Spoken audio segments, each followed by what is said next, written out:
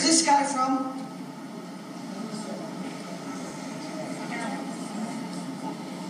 The other guy, not the guy everyone wants. The other guy.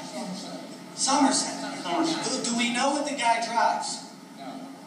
That's important because we got to know that he's going to be able to get here. I mean, I think they get a lot of snow up there.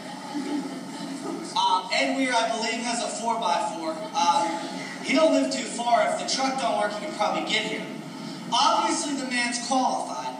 And I'm going to say this right now. If you don't know who you're going to vote for, don't vote tonight. Put it off another night. And if you do know who you're going to vote for, and it isn't our guy, then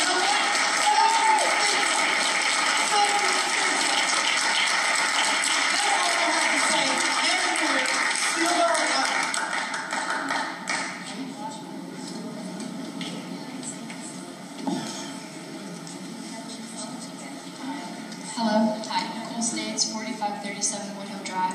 I just have a couple questions real quick. It's just on my mind. Why is this so secretive? Like, we didn't know anything about this other guy until tonight. Like, it's like this big secret. Do you see these people here? They pay taxes to you.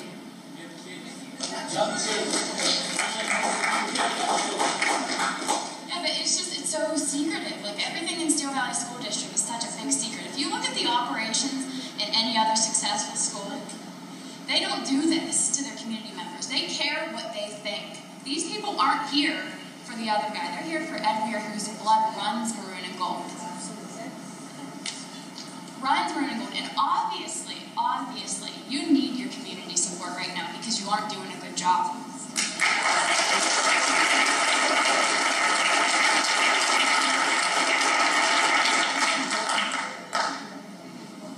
And it just baffles me that there's a man here who is willing to give his all for your district, and by the sounds of it, this is just what perplexes me.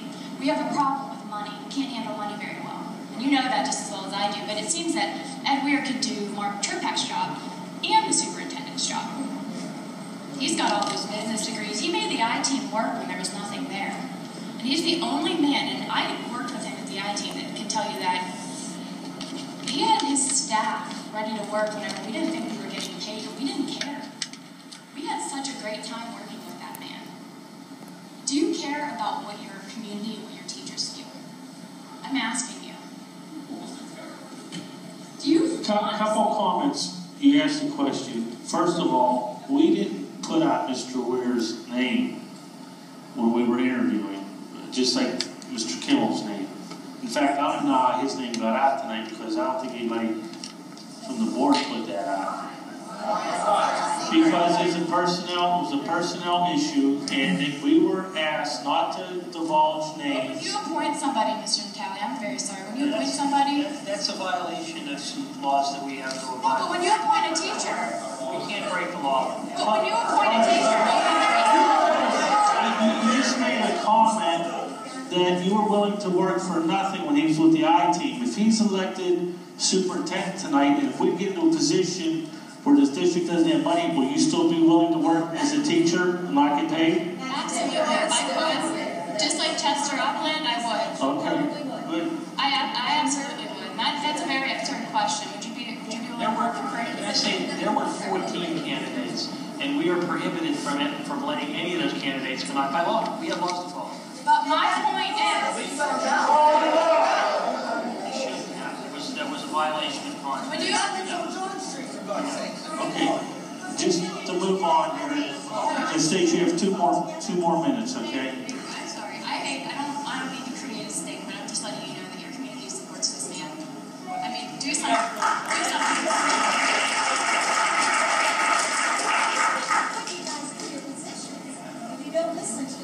Do you have your decision? We'll find out once we vote. I think you do.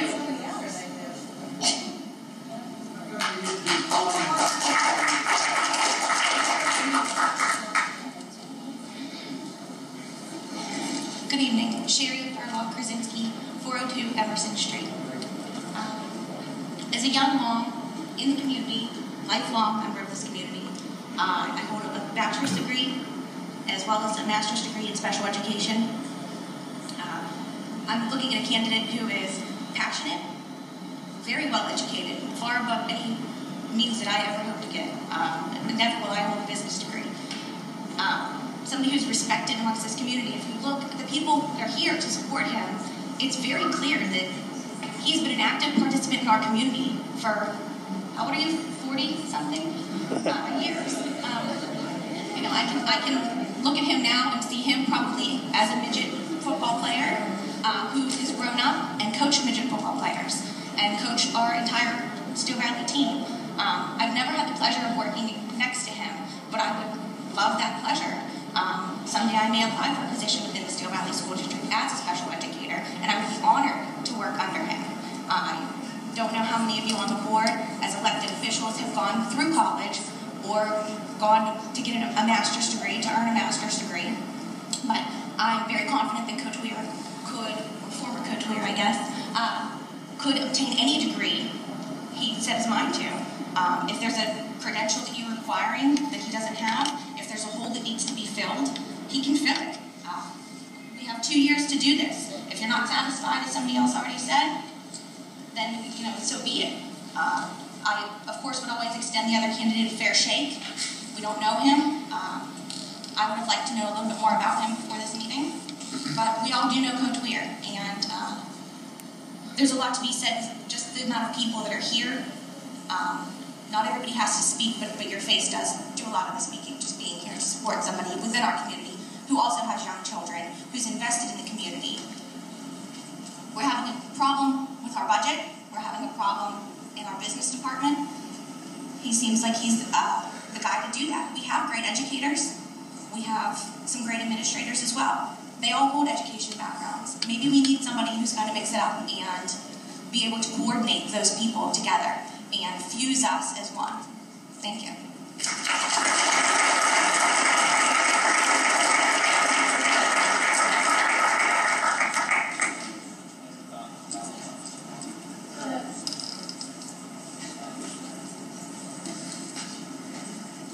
You know what, can I also ask if there's anybody else that wants to speak, if you could maybe move over to the side so we can see how many more people we're going to have to speak.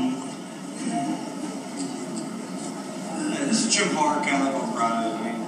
I actually have a couple questions. One is, will the new contract to whoever gets the job, one of the things we've all seen probably in the last 10 years is to become a superintendent and get yourself fired and then you get a lot of money and go somewhere else.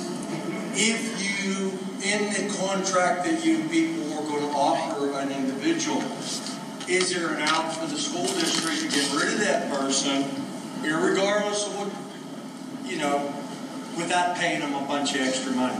You'll have to change the law because it's all statutory when you can remove it. Well, here's my question. But you're writing, does the school district enter into a labor contract with that individual? Yes, we enter in. Well, there should be provisions in there that... No. Once he becomes superintendent, he's a tenured employee, and the tenured employee could only remove him under But statutory. isn't the superintendent a management individual? No. Is that in the teacher's contract or in the state law? It's every tenured position in the Commonwealth. Every teacher's protected, every superintendent's protected, every administrative with an educational degree is protected. The only one not protected would be the business manager. You're counting on this superintendent. He has statutory protection. Excuse me, sir. You're counting on this individual to turn the district around and do what's best for the community and the children.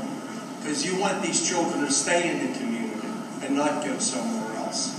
So we can raise the standard of living in all three communities. I can't understand that there's something wrong that if you hire this top individual and he or she is not performing well, that you can get rid of them. Just like the school board can get rid of the solicitor, can get rid of the IT guy, if they don't do their job. And that's just like probably most of the people in this room. If they don't do their job and do it good, they're not going to be there the next day. I don't care what the state says, but the time's come to do something about that. Because this is ridiculous when you do have a problem with an individual, a what it costs the taxpayers. And if education is important, that's where that money should go, not in somebody's bank account for his future years and whatever. The other question is actually what Mrs. Laguerre said is, and the state's starting to consider it. One of the things I think the trends are, it was always the superintendent's got to be an educator. To me, I don't think a superintendent needs to be an educator. He needs to be a manager, a person that can bring people together. Because if he's an educator, then why do we have all the... I parked in the parking lot out there, elementary education. If we have such a good superintendent and educator, why do we have all these other people? I think there should be more emphasis, and it's obvious from what Mrs. Laguerre said that the state's starting to realize that too. It shouldn't be an educator. It has to be that special kind of person that can make it all work. That's why when we were reading off college degrees and all that, everybody can get a college degree if they have enough time on their hands. That doesn't make them a good person. When I went to Steel Valley, there were good teachers and there were bad teachers. The unfortunate part was you couldn't get rid of the bad teachers. And that's why we have kids growing up the way we do. And that's another big thing that has to be addressed within these school boards. All I know is I think the time's come to find that kind of individual. And I have one more thing, and this is a reflection. I guess it was maybe 6 months ago, there was all the thing in the paper about the two individuals suing the school district because of the way they were hired at a lower pay than what they started as a substitute. And the reason the school district had to take out of the pocket of the taxpayers and pay these individuals is a management person in this district did whatever they wanted, and they rehired another previous employee and paid them what they left out. The part I have a hard time swallowing is, how come nobody was held accountable for that? The mistakes of all these administrators and whatever you want to call them, it's just coming out of the people's pockets. Nobody is held accountable.